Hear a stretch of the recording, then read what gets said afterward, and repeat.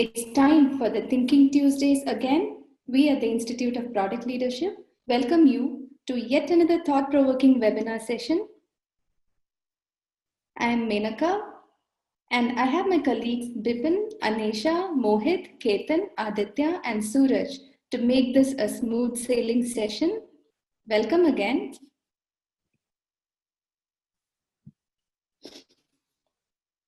Let me give you a quick and very brief introduction to the Institute of Product Leadership. We started in the year 2012, and we are very fortunate to have 1,800 plus happy alumni. We specialize in executive education in product marketing, product leadership, data science, etc. We have our campuses in Bangalore, Pune, Hyderabad, and New Jersey.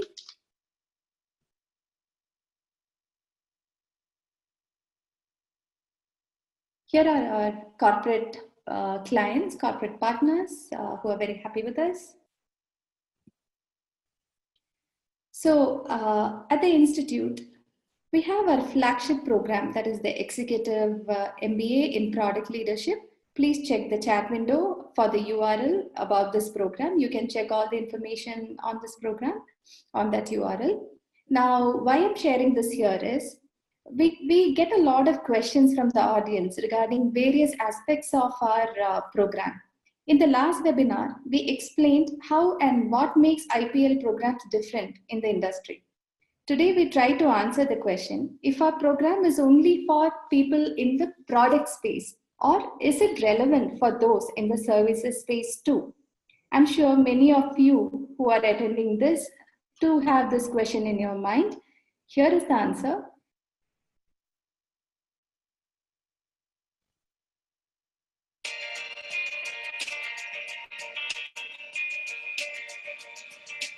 A large portion of our alumni who come from a services-oriented background, they often benefit from the program in three different ways. One, can you go back to the services organization and now bring a non-linear growth model, right? Developing platforms, developing modular products and solutions which can then be standardized within the offering that you have in the services company.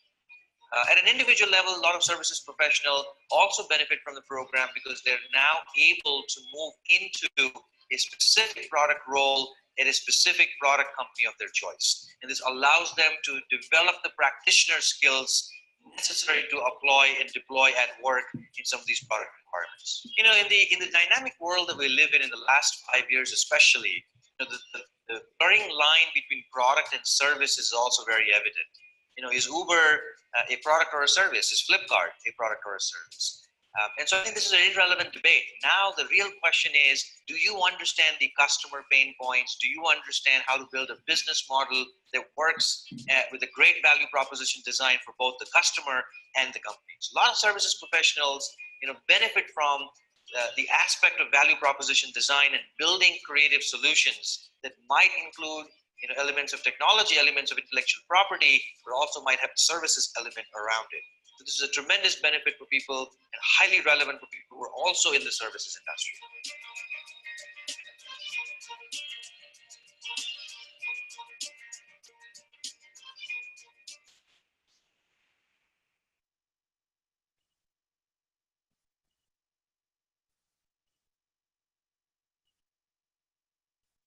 So if you have a career question, if you're thinking about career shift or upskilling yourself or any kind of a mid-career crisis question, please scan this QR code and you get a 30-minute coaching session with our senior faculty free.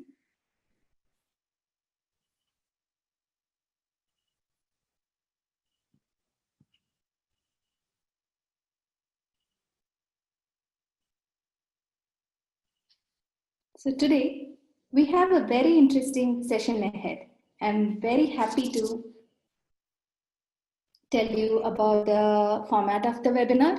So some of you might have attended the webinar before, but for the benefit of other people, this is how the webinar happens. So for 30 to 45 minutes, our esteemed speaker will present his slides, after which you get a 15-minute window for Q&A session, and put in key in your best question and the best question wins not one but two prizes. So this is something that we have introduced.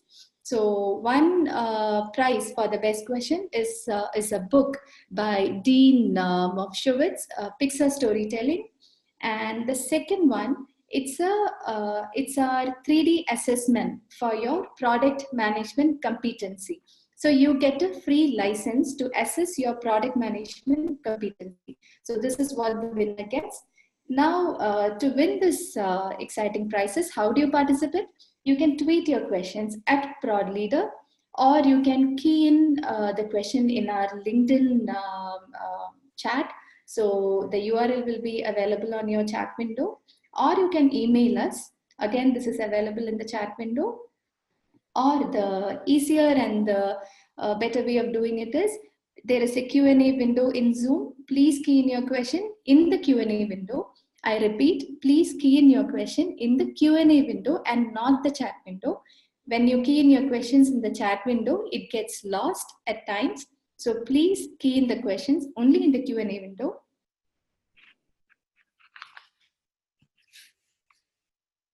I'm very happy to introduce you, Mr. Amit Pande, for today's webinar keynote speaker. So he is the head of marketing and sales enablement for Tact.ai, a Microsoft, Amazon, Salesforce, and Axel-backed startup on a mission to make enterprise software more human-friendly using artificial intelligence. Previously, Amit held senior marketing and product roles at HP, Oracle, Yahoo, and Spire, a human capital startup. He's a volunteer with nonprofits through Stanford Alumni Consulting Team.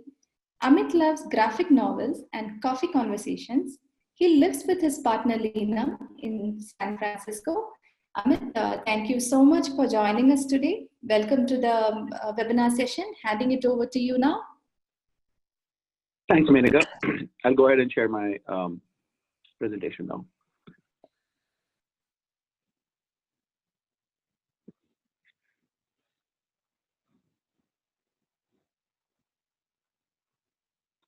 Can you see my slides load on your side?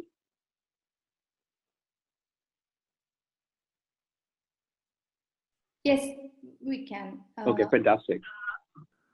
Fantastic. So I will be playing my session through my Apple Keynote, and if there's any delay in the animations on Zoom, please let me know. Hi everyone, thank you so much for joining me on this webinar. Good morning, good afternoon, good evening to wherever you are in the world. It's bright and early here in San Francisco. Just want to mention that you can also find me on Twitter or LinkedIn. Feel free to hit me up if you want to talk further about this topic. It's very dear to my mind and heart. And what I'm hoping to do today is to give you an overview of why product marketing matters more than ever before today. Share some practical tips on how to build product marketing organizations. And then I'll talk a little bit about storytelling, something that is a really almost secret weapon to great product marketing. And I'll end with the business end, which is what are some of the metrics that you should be looking at, and share some resources with you on how to think about the business impact of product marketing. I will mention that most of my work in the last 14 years has been around enterprise software and business to business. So some of the flavors of examples you'll see from me will be from that world. But regardless of which part of the industry you're in, I believe that product marketing can really help you with driving greater revenue and really aligning your product, sales, and marketing organizations together. So let's get started. I'd like to take you to the world of Game of Thrones for a second. The show has now been on for several years, and many of us are certainly looking forward to this season finale in April. I'm going to talk a little bit about this world to lead into why product marketing and why now. Now, what you're seeing on your screen is whitewalkers. These aren't your garden variety zombies. They're actually humans that turned into ice monsters 8,000 years ago, according to the show. And if you wake up in the middle of the night and these are the white walkers you see around you, then you are in trouble. Why are you in trouble? You're in trouble because all of your traditional weapons and your traditional approaches will not work against them. You can't burn them with fire. You can't shoot them with bullets. They don't exist in this timeline. And you can't just take that little knife that Bilbo Baggins had in his side from your backpack and knife them. None of these things will work. White walkers are relentless and ruthless and will not stop at anything, including humans, to usher in an eternal darkness. And if you're the only person standing in between those white walkers and humanity, what do you do? Those of you who've seen the show in previous seasons know that there are literally 1 or 2 weapons in the entire world that can hold their own against white walkers. One of those is these swords made out of Valerian steel, which is a material with special magical properties.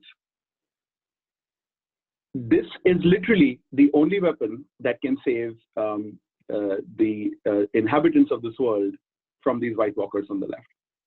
Now you're probably thinking, well, you've really gotten me interested about the show again. What does this have to do with product marketing? I'd like to propose that where we stand today in the technology industry is that we're having a white walker moment. And I'll illustrate it through numbers. We're in the middle of tremendous change, and this change affects all those of us who are either developing products, building products, marketing products, or selling those products. Let's take a deeper look. Across the world, markets are changing faster and more brutally than ever before. Whether you're in human resources, marketing, sales, whether you're in financial services, whether you're in telecom or high tech, across all industries, as software continues to eat the world, it is becoming easier to build software, and products are commodifying faster than ever before, almost sounding and feeling similar to each other. As an example, there are about 7,000 marketing technologies that were reported in most marketing stacks in 2018. Now you think about the number of marketing technologies you can remember in your head. It's likely not more than a handful or 7. Buyers are a very different breed today, even in B2B, than they were even a few years ago. Today's buyer, she's different because she has more freedom and more control than ever before. In fact, buyers are likely to go through 3/4 or almost 90% of an entire journey before ever wanting to talk to you as a vendor. And that's because if there are 7 billion people in the world, they're all taking 7 billion personalized decision journeys to get to where they need to be. And they'll talk to you when they're ready to talk to you. And both of these changes are creating tremendous pressure on salespeople. So the data from 2017 is that 6 out of 10 sales reps missed quota. That is a bad number. With more technology available than ever before and more information sources available than ever before, it's incredible that salespeople are still missing quota. These 3 changes affect all of us, regardless of whether we are startups here in San Francisco or in Europe or in Asia, and regardless of the products and technologies we sell, because it isn't going to get any better. Buyers will continue to have more freedom, more and more products will continue to get introduced in the market, and salespeople will continue to feel this pressure. This is the white walker moment. And this is where product marketing can be that sword of Valerian steel that you saw Jon Snow with a few slides ago, because it really is a secret weapon. And it's a secret weapon because not enough people are using it or wielding it. It is the early era, if you will, of this function. And it can help you with all 3 of the areas I mentioned. Let's again take a look at some of the numbers on what product marketing can do for you. First, in in a marketplace with very noisy signals, you can use product marketing to stand above and beyond by creating a category and literally creating the language of that category. Product category leaders over the last several decades, even before the world of software, have won over death by commodification by creating amazing positioning and amazing messaging, and then having the rest of the industry follow them. A lesser known fact is that category leaders often tend to also control most of the profits of a category. Once you have a category enter your mind, it remains with you for a very long time.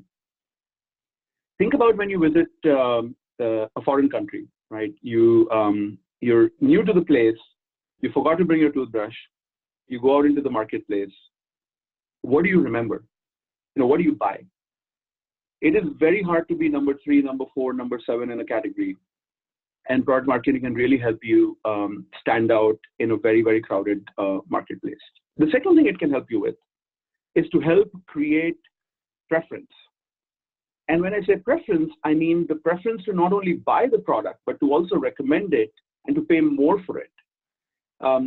Consistently, the data over the last several years is showing that when you create personalized journeys and personalized content experiences for your buyers and your users, they're very likely to relate to you and choose you consistently over others. And then finally, from a sales perspective, product marketing can be that primary driver for sales enablement in your organization. It can help companies surpass their revenue targets. And again, the data here shows that 6 out of 10 companies that have sales enablement functions surpassed their targets. So product marketing, as I'm going to describe in the rest of this presentation, can be your friend. It can be that secret weapon to help you address markets, consumers, and your salespeople. And what it can really do is help you be a catalyst for revenue. Now, catalyst, for the folks that remember this from high school science, is something that increases the rate of a chemical reaction. A revenue catalyst is something that eliminates these barriers to revenue at each stage of a company's growth. So I'm going to show you a funnel, which will help you think through this a little bit differently. This is not a sales funnel. This is a different kind of funnel. If you start from the bottom, at the core of it, product marketing can help you tell amazing, memorable stories about your core product. This is literally where it starts. If you don't have product marketing today, this is where you need to start. The value of product marketing increases when you then take that product and you connect that to the needs of specific individuals in your buyer chain, as well as to end users and to IT, and to all the constituencies that you need to serve when you're making business-to-business sales. As we go further up, my proposition to you is that your impact on revenue through product marketing will continue to increase as you go from the product to your buyers, to enabling your sales team, and to really changing the dialogue across your ecosystem. Specifically from a sales team perspective, people often think about the air game and the ground game, right? How do I help sales teams on the ground? How do I help them with enough marketing air cover? Product marketing is also very powerful at helping sales with their mind game. Remember that the salesperson needs to be a different kind of consultant, a different kind of conversationalist for the kind of buyer that exists today. It is not enough, to simply land up and take people out for wine and steak dinners. That works a lot less than it used to ages ago. And we'll touch upon this holy grail a little bit, but the idea that amazing brands and amazing products through product marketing can almost elevate the dialogue across their entire ecosystem. We'll get into some of that as well. What I'd like to do in my next section is to talk to you a little bit about the specific skill sets and the kinds of product marketers that can help you bring this kind of power of product marketing to your organization. Dream teams are very hard to build. As we've seen in Game of Thrones itself, It can take years. It can bring together strange bedfellows. And when you have a dream team that clicks together, there's nothing quite like it in the world. Product marketing is having one of its most interesting moments since the function itself was conceptualized, and the numbers prove that. So these numbers were pulled out over the weekend. There are 11 million product marketing individuals on LinkedIn at the moment, in comparison to about 18 million product management individuals on LinkedIn. Both of these functions are growing in tandem tremendously across the world. For example, in India, where the Institute of Product Leadership is doing amazing work, I'm so glad to be doing this first webinar with you all. There are nearly 250,000 product marketing individuals, which is about the same number as in the UK. So there's been tremendous growth there. Even in smaller regions like Singapore or in Russia, these numbers are going to cross 100,000 very soon. In the US, many of you will be surprised that there are actually slightly higher numbers on the East Coast than on the West Coast. But there's about a little less than 5 million individuals on LinkedIn who have product marketing on their profiles. The next time you're looking for data to support why to build your product marketing organization, or if you're if your board or CEO is asking to justify this function, show them some of these numbers. I expect these numbers to continue to grow. And one of the reasons that these numbers will continue to grow, and one of the reasons why product marketing is often one of the first 3 hires, even for high growth startups, is because it acts as a certain kind of fuel across your marketing spaceship, if you will. So whether it's narratives that support your analyst and PR team, or specific pieces of content that support your demand generation or field teams, or even new kinds of tools and approaches to enable your sales organization, product marketing can sit in that middle and help all these gears turn a little faster. So if you're at the moment where you're thinking about expanding your product marketing organization, or you're just getting started, I would encourage you to ask yourself some foundational questions, because there is no one right product marketer. There's a product marketer or the product marketing team that's right for you. And your design of your organization should be a function of the goals that you seek to optimize for. At the most basic level, if you're a startup, ask yourself, are you pre-product market fit or are you post-product market fit?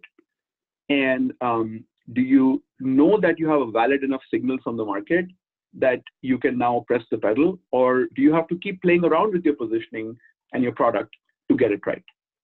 If you're a mature stage company, you might want to keep the status quo. So really you're looking for product marketers who know about existing playbooks and can repeat a playbook.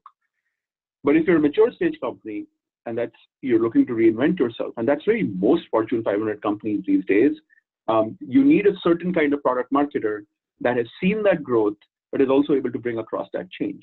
So what you're seeing here on the right is a set of variables you might want to optimize for, depending on the stage you're at. Typically in very early stage companies, my experience has been that having all-in-one athletes or player coaches is very helpful. You need people who can roll up their sleeves and they can jump into multiple roles, and often step beyond product marketing into other functions, including sales and product and other aspects of marketing. But as you go towards mature stage companies, I would encourage you to look at specialists who've had some experience with playbooks, but also don't mind slaying holy cows and creating new playbooks. And a lot of this, this signaling to the marketplace so that you can attract the right kind of product marketers to you comes down to job descriptions. So I'm going to talk about that very briefly. These are some of the core skills that you'd want to cover in great job descriptions for product marketers. It starts all the way from more strategic skills, such as planning and go-to-market strategy and understanding, customer journeys and markets, to really going down into product launches and, helping sales teams take those products out into market. your mix of what you seek in your product marketers will determine how you prioritize these in your job description. But I also encourage you to think about the question of alignment. One of the things that we've seen here in the Bay Area that's been very fascinating to me is to see how different companies have organized their product marketing organizations to align either with the chief marketing or product officers, or in many cases with the revenue and growth officers, or even with the CEOs. So when you write your job description, I encourage you to be very clear about what you're looking to optimize. Do you have a top of the funnel problem? Do you have a conversion problem? Are you just looking to get started, or are you looking to do a turnaround? The more clarity you provide in those descriptions, the better the kind of talent you'll be able to attract, because great product marketers will ask you what you're trying to optimize for. Some examples of what people are really doing out there. Companies like Slack have organized their product marketing organizations under the CMO. Companies like Okta have had organized their product marketers historically under the product officer. And in the last 6 months, these individuals are now under the CMO. So at different stages, the same company might go through different approaches.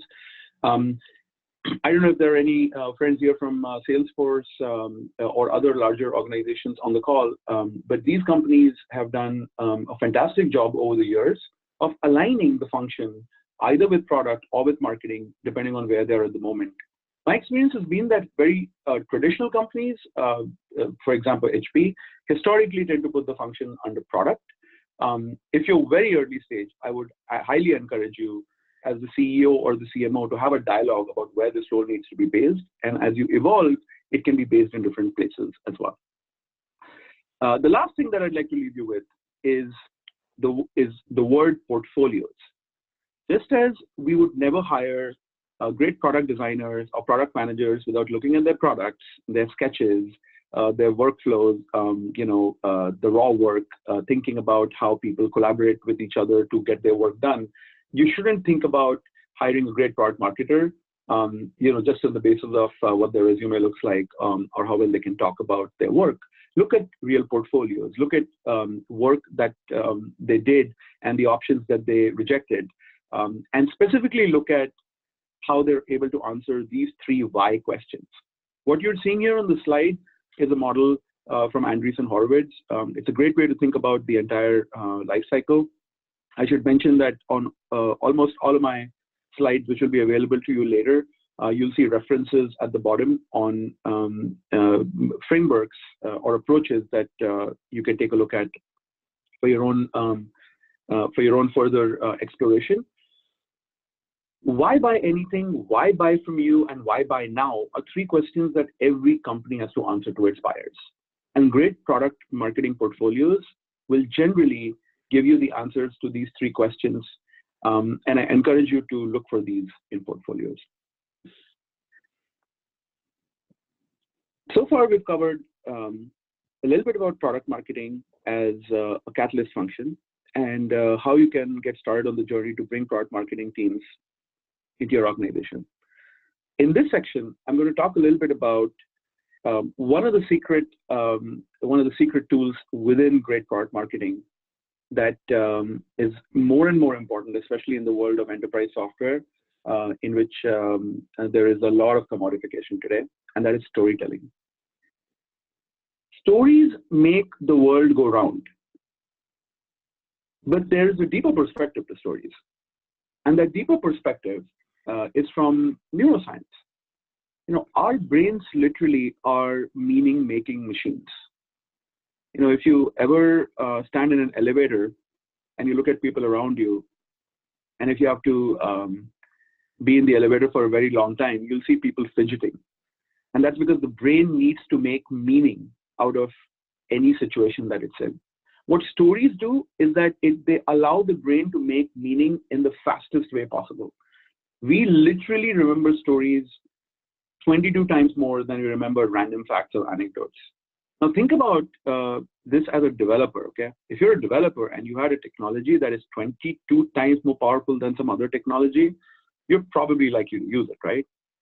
I encourage you to think about stories in the same way. And one of the reasons why stories are so powerful in product marketing is because we're constantly telling stories, listening to them, swapping them, and actually living in them, and we don't even realize that it's happening. So what you're seeing here on this screen is a beautiful framework by the famous American writer Kurt Vonnegut. Kurt Vonnegut spoke a lot about the shape of stories, and he encouraged everyone to think about stories almost as geometries. From the beginning of time till today, there's a reason why stories like Boy Meets Girl or Person in the Hole, these stories have stayed with us for a reason, and that's because they activate those parts of our brain that allow us to now be part of that same story. Across most of these stories, you'll see a bad person, you'll see a good person, you'll see a conflict, and you'll see a resolution. And even if you're looking at just these basic aspects of storytelling in the stories you tell about your products or your customers, they're very likely to go far in the marketplace. And one of the reasons for that is that we don't think of stories as marketing. We don't think of stories as advertising. We don't, when we share things with each other on Facebook, WeChat, WhatsApp, or some other messenger, we think of them as stories and narratives. And that is the interesting secret of stories, is that they're able to get into our minds and stay there without any friction. So stories, going back to our familiar funnel from earlier in this presentation, can actually help you scale at every level of value going outwards from the product. And I'm going to share with you some examples of the kinds of stories that can help you stand out in the marketplace. It starts with the most foundational level of your product, right? How do you define the value of your product? Everybody out there says that their product is better, faster, and cheaper. Have you ever come across a product that says that it will make you lose money and lose time? You probably haven't. And that's because every single vendor, including all the companies we probably all work at, we all talk about these benefits headed in only one direction. So how do you stand out from all the other people that are making those claims as well? This is where origin stories can really help. So, for example, if you think about companies like Optimizely or Airbnb here in the Bay Area, these two companies were founded at around the same time as the Obama campaign in around 2007, 2008. And they use it as part of their storytelling. It allows origin stories about why your founder founded your company, why you exist, and the change you seek to bring about in the world can be really helpful in distinguishing yourself from other competitors.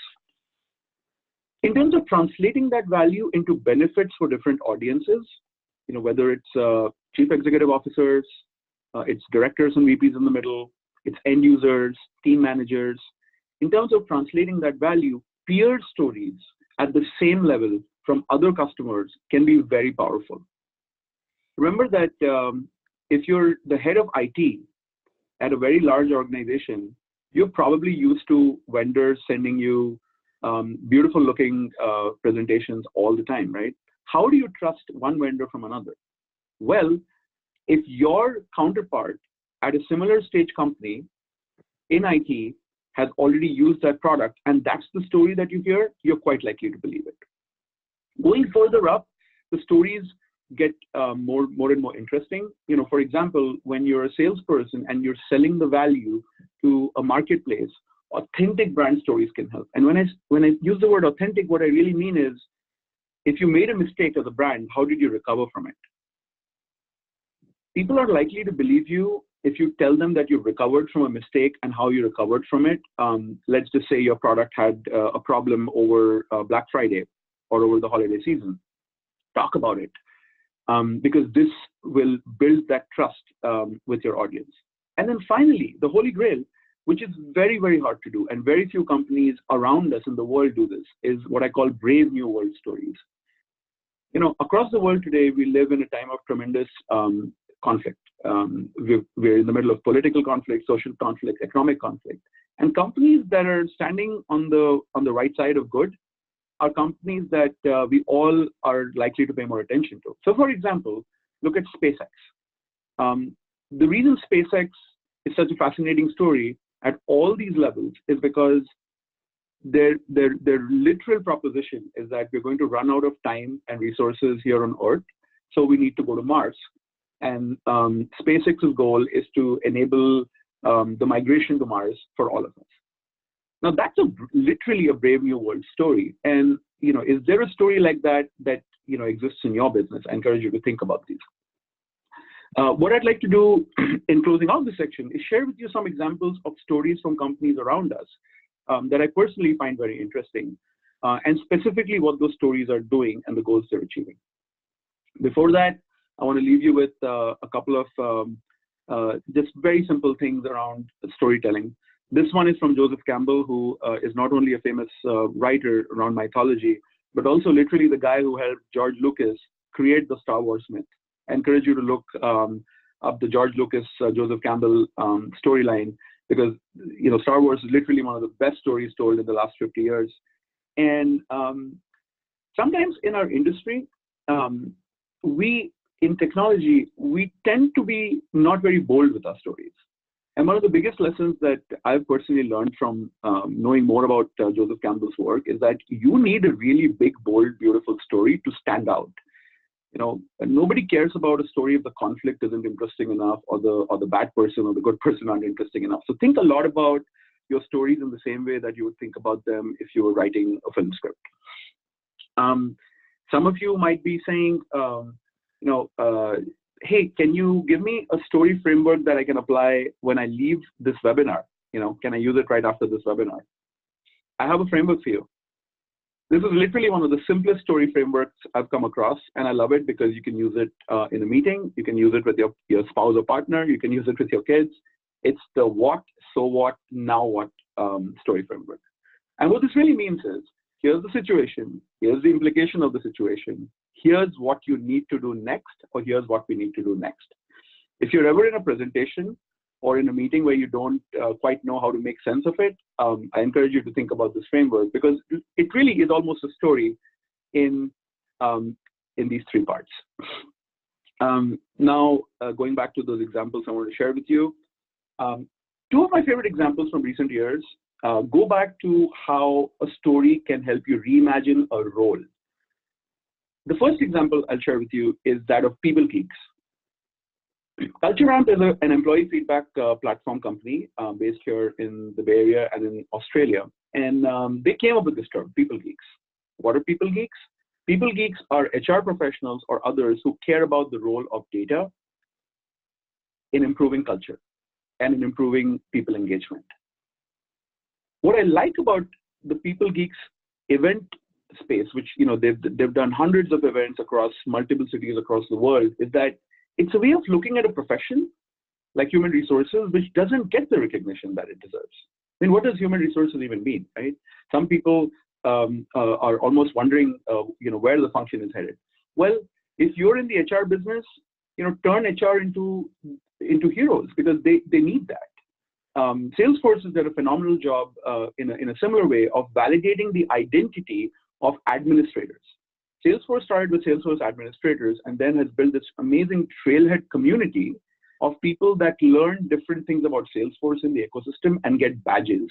You compare this to the way previous generations of companies like Microsoft or Cisco thought about their administrators and people that were building on their technologies. Salesforce has actually shown the way to build a community almost as a separate competitive moat around your company, in addition to your product and your marketing. Other examples, including one that is very close to me, product demos and product features can be really boring. At the end of the day, users do not care about features. So how can you connect the features of your product with the actual day in the life of your audience? At Tact, for example, we do a lot of what we call day in the life product storytelling, where we think about a sunrise to sunset narrative of a sales team, from the beginning of a deal to the end of a deal, and how artificial intelligence can help them do that. And we're really weaving in our product narrative all the way within these day in the life stories. Airtable is a company that has gotten a lot of news recently. It's a phenomenal product. And if you go to their website, they do an amazing job of showing you literally the way Trello did of how you can actually use Airtable, whether you're a screenwriter, whether you're a pharmaceutical rep, whether you're a project manager. And they do that by literally giving you examples of real databases that you can use right away. I encourage you to look at Airtable as well. And then finally, the example I'll leave you with before I get to my last section is everyone does customer stories. Everyone does case studies, right? They're typically quite boring. Problem, benefits, problem, benefits. One of the things I really like about the way Asana does its storytelling is that it brings the problem and the impact to life in a more vivid way. For those of you who are looking at the next generation of ideas around storytelling, I encourage you to look at Drift. The marketing team at Drift has done a phenomenal job through its podcasts and its videos to tell stories not just about what they do, which is conversational marketing, but also really where our industry is headed. And I really like almost their wisdom storytelling approach. We're towards the end game here, just like in the Game of Thrones. And so I'd like to end with talking a little bit about the business end of product marketing, and then we'll open it up to questions. Specifically, this is what I call an iceberg framework. If you're just getting started, you need to get your basic metrics right with product marketing. And in the first 6 to 12 months, I encourage you to also start thinking about advanced metrics, because that will be most helpful for you to explain to your board or other senior decision makers about the impact of product marketing. Look, basic metrics are the bread and butter of product marketing. And it's important that you have these right before you think about the advanced ones, right? So are you creating amazing experiences around your content through your stories? Do you have positioning that is defensible? Do you at least have a positioning and messaging guide? Is your product marketing team helping with deals, whether it's presentations or pricing or personalized ROI documents? And certainly, if you don't have a sales enablement function that's separate, is your product marketing team allowing you to do better sales ratings? But these are basic metrics. So start measuring the numbers of these things you're doing, the numbers of sessions you're doing. Do a net promoter score with your sales team at the most basic level to understand if product marketing is meeting their needs. But the more interesting metrics are the advanced ones. And this is where I would encourage your product marketing team to report these back on a quarterly basis at least, so that you can really see its impact in the same way that you can see the impact of product management or other functions in your business. You can determine if you have category leadership by looking at what analysts are saying about you, what the media is saying about you. And when other competitors enter your space or a very large incumbent enters your space, do you hold your own in that category? Honestly, if you change your category positioning every 6 months, you're not going to win. You need to stick to it for a period of time for it to take hold in the marketplace. Metrics like pipeline are really important. Some companies have a 5x to 7x ratio of pipeline to revenue. Is your product marketing team actually helping you generate pipeline? From a product perspective, you want to measure whether product marketing is actually increasing your product adoption, especially if you're able to track weekly and daily usage of your product. Revenue is a catch-all number. Certainly, everyone understands revenue. I would encourage you to think about initial revenue and also think about your total account revenue or what is called total contract value. Are your deal sizes going up? Are you winning more against key competitors or losing? What does your Salesforce data say? And then finally, are your sales cycles actually going down? And is your customer lifetime value going up? Remember that some of these things are not easy to measure in the first 3 to 6 months, but over a period of time, if you can put a system in place to measure these, then this will actually help you see the impact of product marketing. One of the folks that are on this webinar I noticed are my friends from the company Crayon, that's Crayon. I encourage you to take a look at some of their thinking around product marketing, especially around how to measure its impact. I'm not going to talk about this framework, but since my understanding was that a lot of you are interested in next generation frameworks, I just want to flash this for you before I close my presentation. this is the Serious Decisions product marketing model. They're now part of Forrester. And what I really like about this framework is the interlock. How can you think about all of the blue pieces, which is all of the activities that marketing, product, and sales have to do. And the green is an initial set of ideas of the deliverables that product marketing should own. But certainly product marketing, depending on your needs, can own more of the things that are in blue in this framework. I'm not going to get into this framework in more detail, but I encourage you to take a look at it offline. Again, the links are going to be in the presentation. As I end, I hope that I've given you a little more interest in the Game of Thrones show, if you haven't seen it yet. And I'd like to end with something that one of the best storytellers of our time said, which is, if you're a product marketer or you're looking to get into product marketing or grow product marketing, use your power for good. It's a very powerful tool. And in the world that we live in, there's a lot of noise. So use the power of that signal to communicate messages that are clear, and think as much about what you don't want to communicate as you do about what you want to communicate. With that, I'm going to open it up to questions. And if you are not able to get your questions addressed in the next 12 minutes or so, I encourage you to share them with the IPL team, and I'd be happy to answer those offline as well. Great, Amit. Hi, this is Bibin joining in because Menaka had to just drop off for something really important. So I'll be just helping you curate the questions and then read them out to you one by one, and we can take them as you finish each. Is that, we're good with that? Absolutely, let's do it. Right. So the first question, I'll just temporarily take the screen, so that I'll just put back where we started from, the deck itself. And then from there, we will just have the questions being poured in. Just give me a minute.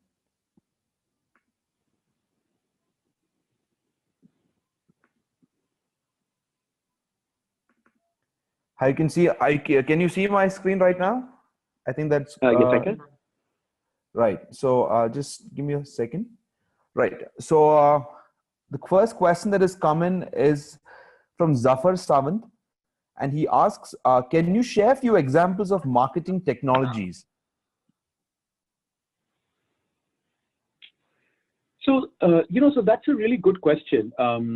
I would, I would say if the question is more foundational around what technologies you can use if you're just setting up a marketing organization, then I would say that at the least you need a place to, to have your customer data. So you likely want some kind of a CRM system. You need some kind of a marketing automation system which allows you to communicate with your customers. I wonder if the question is about product, like if there are technologies that product marketers should be using as well, or more around marketing technologies. I'm thinking this is more aligned to product marketing itself. There's some sort of an automation technology, or because there's a lot of softwares and apps online being used. So maybe that was the intent. I was not able to grab the exact. I'm thinking it's around product marketing. Absolutely. So I'll give you two flavors. One is from a sales enablement perspective. Right. There are definitely a lot of tools that product marketing can establish to help drive enablement with sales teams, specifically tools that help you store content. There are web and mobile applications that you can use to, to then help communicate that content out to your sales team. So, for example, if you look at tools like SalesHood or MindTickle or Sitesmake, these are all tools that you would tend to use at a certain stage of growth. That you can use to almost create a content repository as well as a training system for your sales organizations. Most of the tools that I tend to use for a lot of my storytelling are the same tools that you would use if you were, if you're a product storyteller, which is, I tend to use a lot of video. So think of all of the kinds of video tools that you would tend to use. You may have noticed I was using Apple Keynote. So I tend to do a lot of my storytelling through presentations. If you are looking for tools that allow you to drive attribution, in general, I would encourage you to look at tools that can go all the way back from the impact that you've made back to your marketing goals. What I can do is, as an as an offline list, I can give you a set of tools that companies at different stages use, because the kinds of tools you may want to use depend a lot on which stage of growth you're at as well. Absolutely, absolutely. And I think, yeah, that makes more sense, because if not, we just have a Google list of all the marketing tools, not exactly knowing what works when, correct? Yeah. Right. So, right, that's absolutely fine. And just the next question, and this has been a question that I've also asked a couple of very senior executives, is that this comes in from Ajay Zener through mail. And he says, does my storytelling have to involve brands? Meaning, if I'm talking about myself, do I involve brands of my education? If I'm talking about some social status, do I involve brands of the products that I own? How much of brands should I be including in my storytelling? So that's a really interesting question. I mean, I would say that I would be careful with how much name dropping you do when you're telling your stories. At the end of the day, we have room for very little very little new information in our heads. So if you are using brands in your storytelling, let's just say you're using a brand from your industry as a reference, I would encourage you to use fewer brands. So brands are really very powerful. For example, if you're using the Nike brand as a way of talking about a brand that rewards and honors athletes, then just use that brand as a story. Ideally, try not to mix brands from multiple product categories, because it can get a little bit overwhelming to an audience. Right, makes sense. Right. Okay. And the next question being, how can I scale up my career in product marketing from product management? So I'm thinking product management. In this case, he means the product owner or the inbound product management. And he's also mentioned that he's very excited looking at the whole wide exposure in this field. I think he's referring to your LinkedIn geographic division slide. So this is coming from Vijay Kumar, and he says, how can a person scale up from being a product owner or a core tech person designing products to becoming a product marketer? Absolutely. So Vijay, this is a great question. It's the kind of journey I myself have taken to go from user experience and product to product marketing. There are 3 practical tips I can share with you.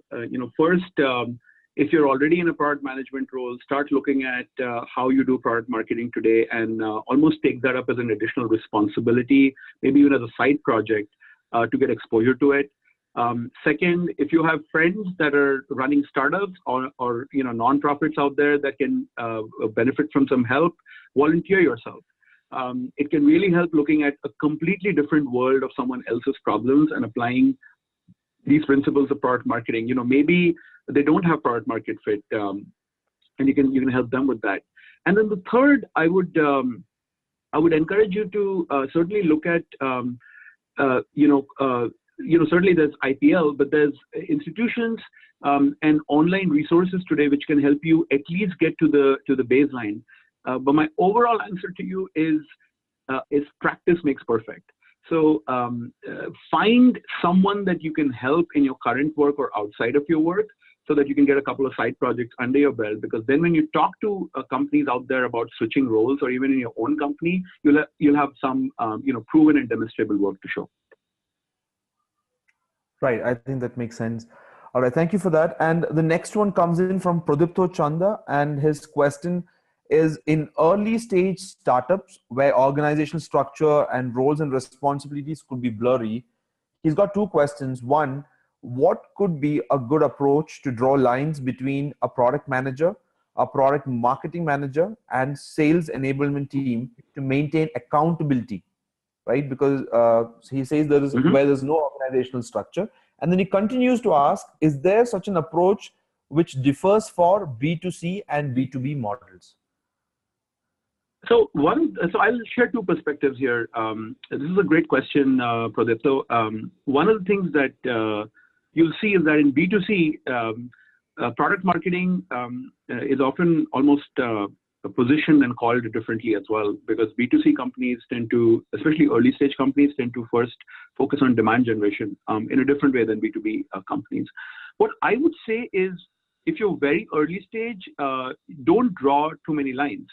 You probably need a separate product manager. So you have two choices, okay? You can have a product manager who also has some product marketing skills, and that person may be an all-in-one that also spends 10% of their time to help sales. That's definitely one option. But if you have the luxury of having a separate product manager, and then you have a separate product marketer, then I would align the product marketer to own sales enablement, and then put the product manager alongside with them. And then both of these two individuals could report either to the CPO, or if it's very early stage, they could even report to the CEO. I would, if you're very early stage, I would let the reporting be relatively flexible.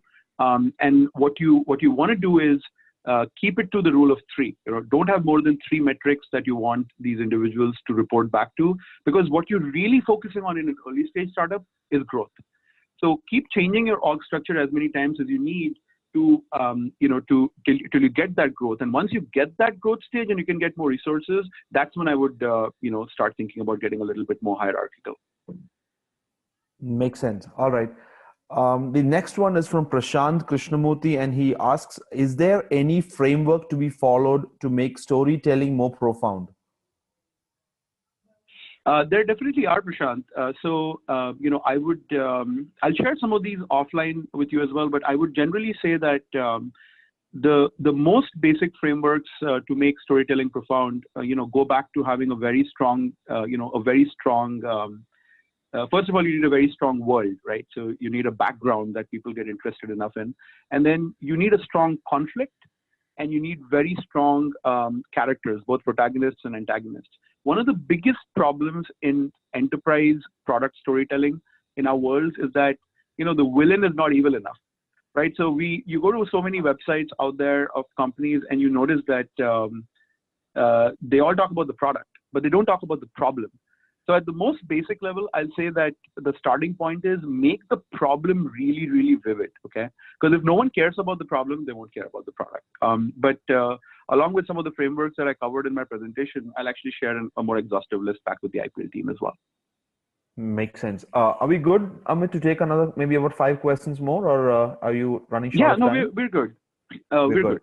I can take a few more questions. Happy to. Right. So the next comes in from Saurabh Dungarwal, and he's the question is there any specific, again, they're all looking for frameworks here, specific framework in product marketing for a brand which needs to focus on 2 to 3 market segments simultaneously?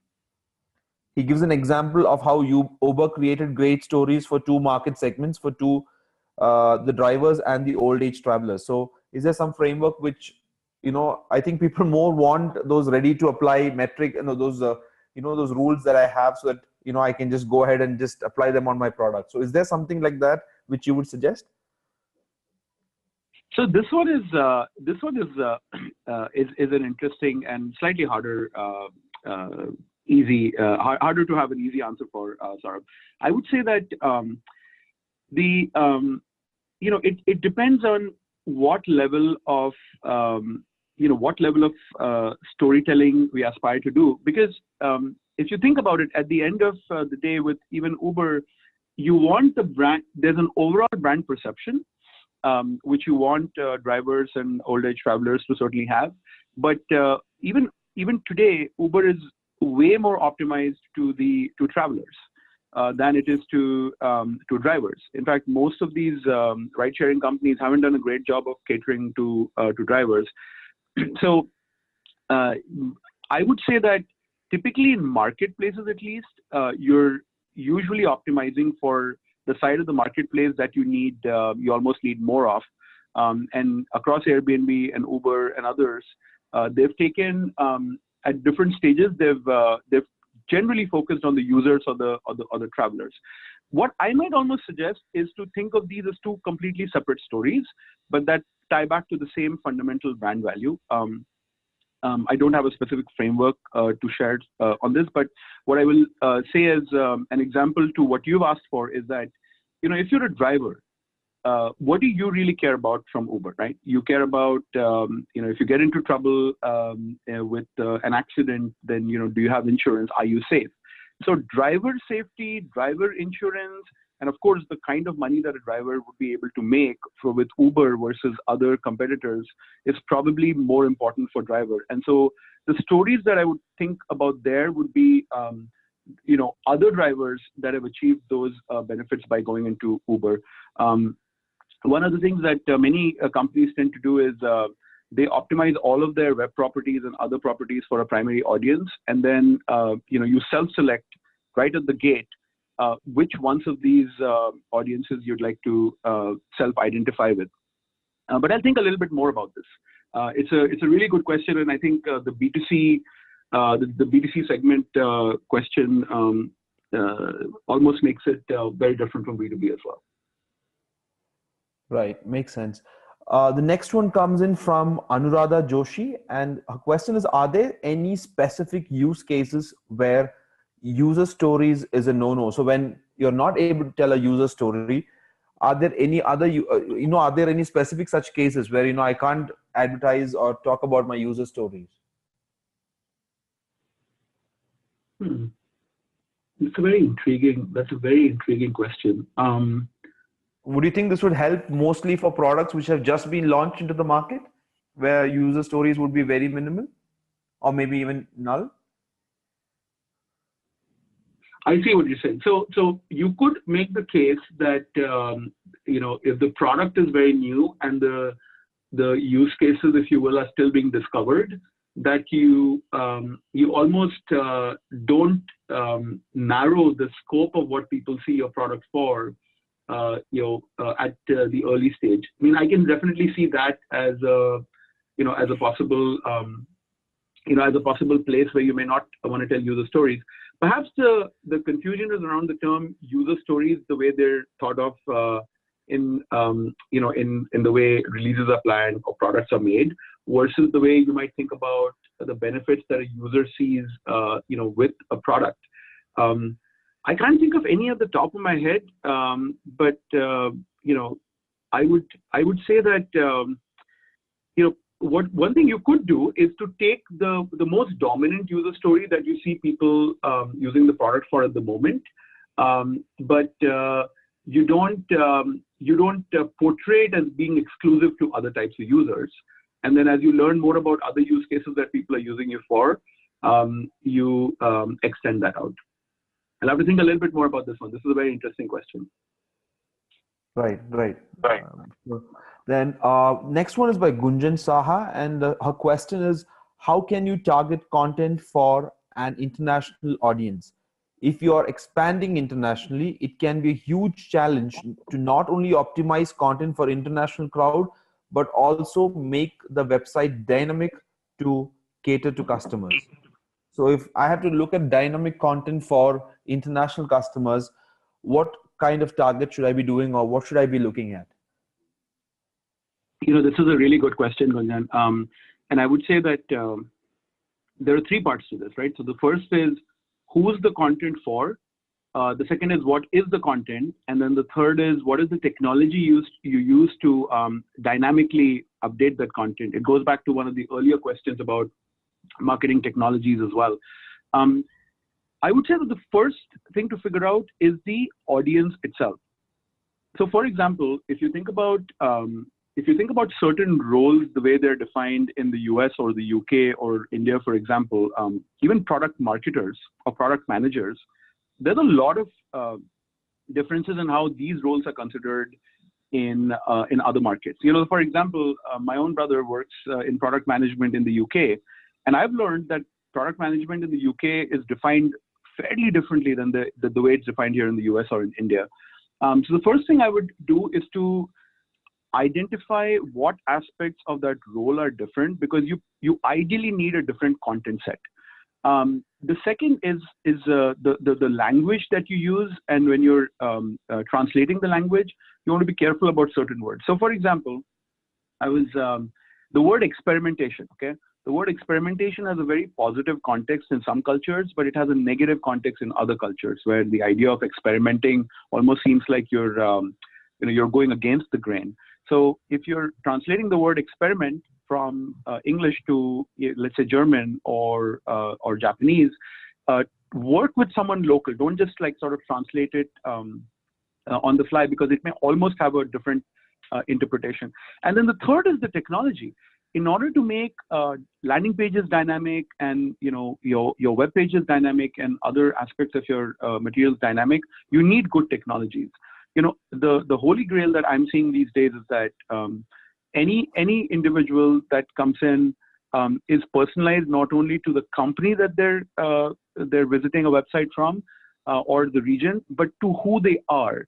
And so I would absolutely encourage you to look at certain technologies that allow your web content to be more dynamic. I can again put together a list of technologies I'm aware of that allow that dynamic optimization, where if a user is coming in from, say, Germany versus from the US, and from say Siemens in Germany or from Salesforce in the US, how can they both have a completely different experience around almost the same content, but they feel like it's more tailor-made for them?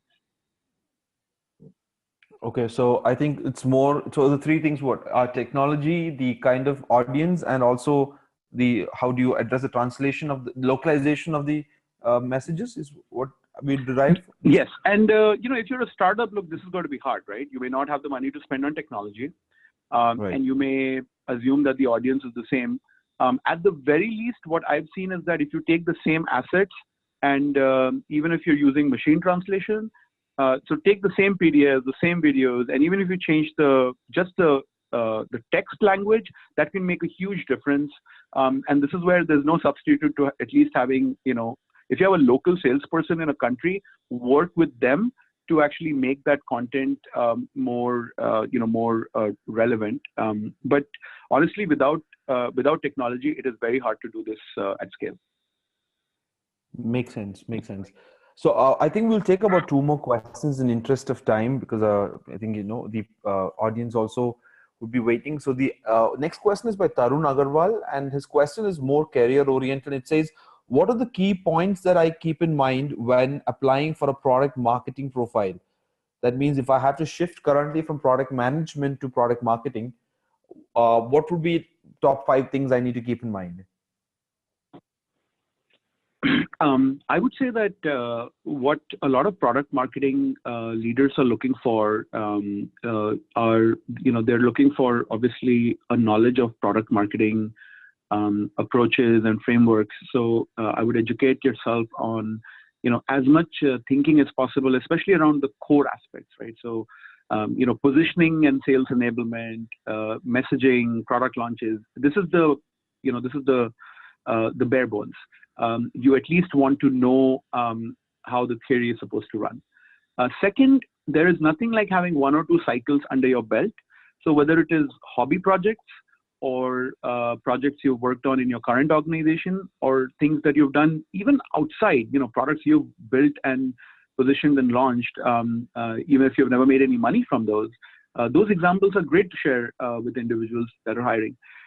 Going back to school or doing a university course or engaging with institutions like IPL is always helpful, because it sends a strong signal to hiring managers that you're committed enough to this field to learn yourself.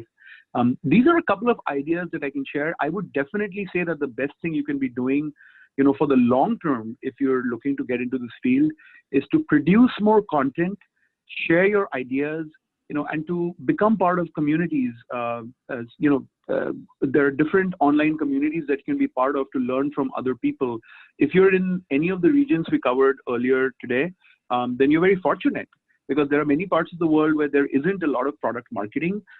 So I would definitely maximize your chances by doing as much as you can from where you are.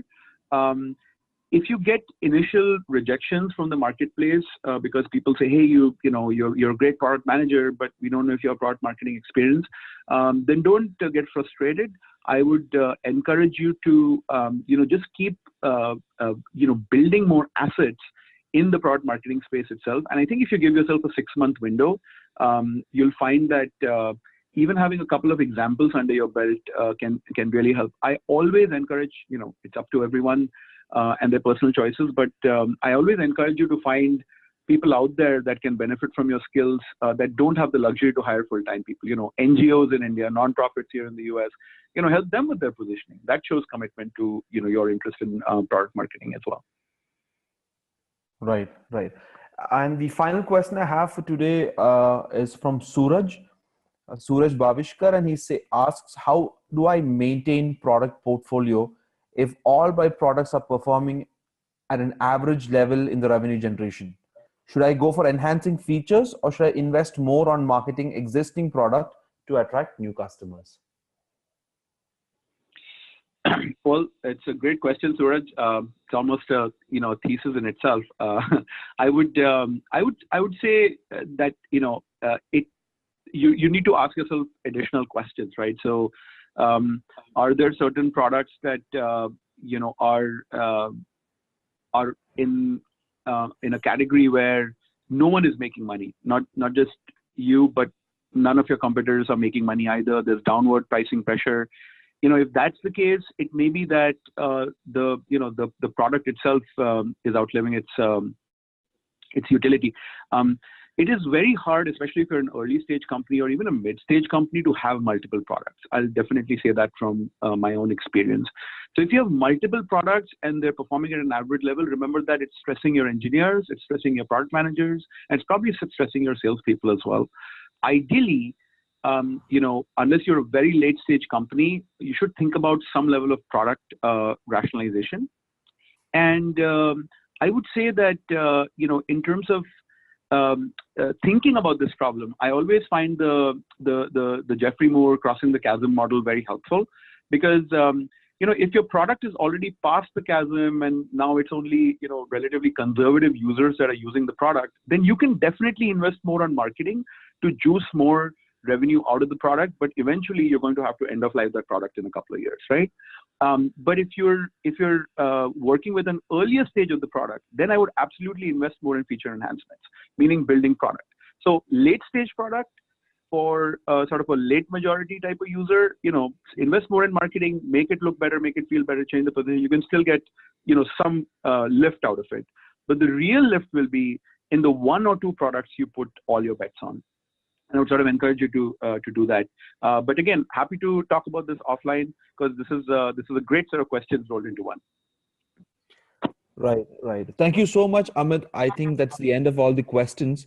I'll send them the questions in itself to you, so that you can pick off one of the questions from the ones we've asked today. I don't know if you can quickly recollect one to pick a winner. If you can do that, that's best. But I think you would want to take a time to look back at the questions and then pick a winner, because the winner gets the book, right? So would you want to do it right now, or would you want to take a look at the questions probably by tomorrow and then select the winner? What I'll do is, since I noticed there are about 15 amazing questions here, and then there's a bunch that came in through email and other sources as well. Let's take a look at all the questions together. There are actually some amazing questions, so you've made it harder for me, all of you. But I think you'll enjoy the Pixar book. It's a brief set of stories. I'm really glad we were able to do this today. And thanks, everyone, for all these questions. I look forward to continuing this dialogue with you later as well. And IPL team, thank you very much for organizing this. You're welcome, Amit. Thank you so much for your time. So for the folks who've attended the webinar today, so the next events that we have is at Radisson, Hyderabad. We have a product and data science carriers info session. This is happening on the 31st of January from 6 p.m. to 8 p.m. You can log in and request an invite on the chat window, and we will be glad to send you the invite for this event. Moving on, we have the next webinar in the IPL webinar series on product marketing management. And this is more on the criticality of this role in a data-rich marketplace, specific to data and how well it is important to have product marketing in such an environment. This is by Shesh Gorur, Vice President of the Bottom Line Technologies. So make sure you join us on the 5th of February, again from 9 p.m. to 10 p.m. Indian Standard Time. Now, the next thing that we have on the 9th of February in Bangalore is from the seminar on mid-career transitions, happening from 9 a.m. to 6 p.m. The link is shared in the chat below. Please register now or go to the events page as well. You can log into the events page and you can see all these events one by one as per their chronology of dates. Please do make sure you log in, guys. This is important for specific sections of your career, right? So if you're on a mid-career and look for a transition, I think you should really go for it. And the best question, like I said, and like Amit was mentioning, we'll pick up from the list because we are not able to address a couple of questions. Amit will send an answer offline. I'll be sending it to you guys as well. And so I think by then we'll know who wins the book. All right, so that calls up for that's a wrap now. And we, again, at Institute of Product Leadership is a global business school for product and technology innovation. Please reach out to us on the web and on the mobile at www.productleadership.com. Tweet or engage with us on the email or on Twitter. Our Twitter handle is @prodleader and the email is engage@ipl.edu.in. So it's great to have you guys on this product marketing, and I hope to see you guys next week. Thank you so much. Thank you, team, for helping host this webinar, and good night, all of you.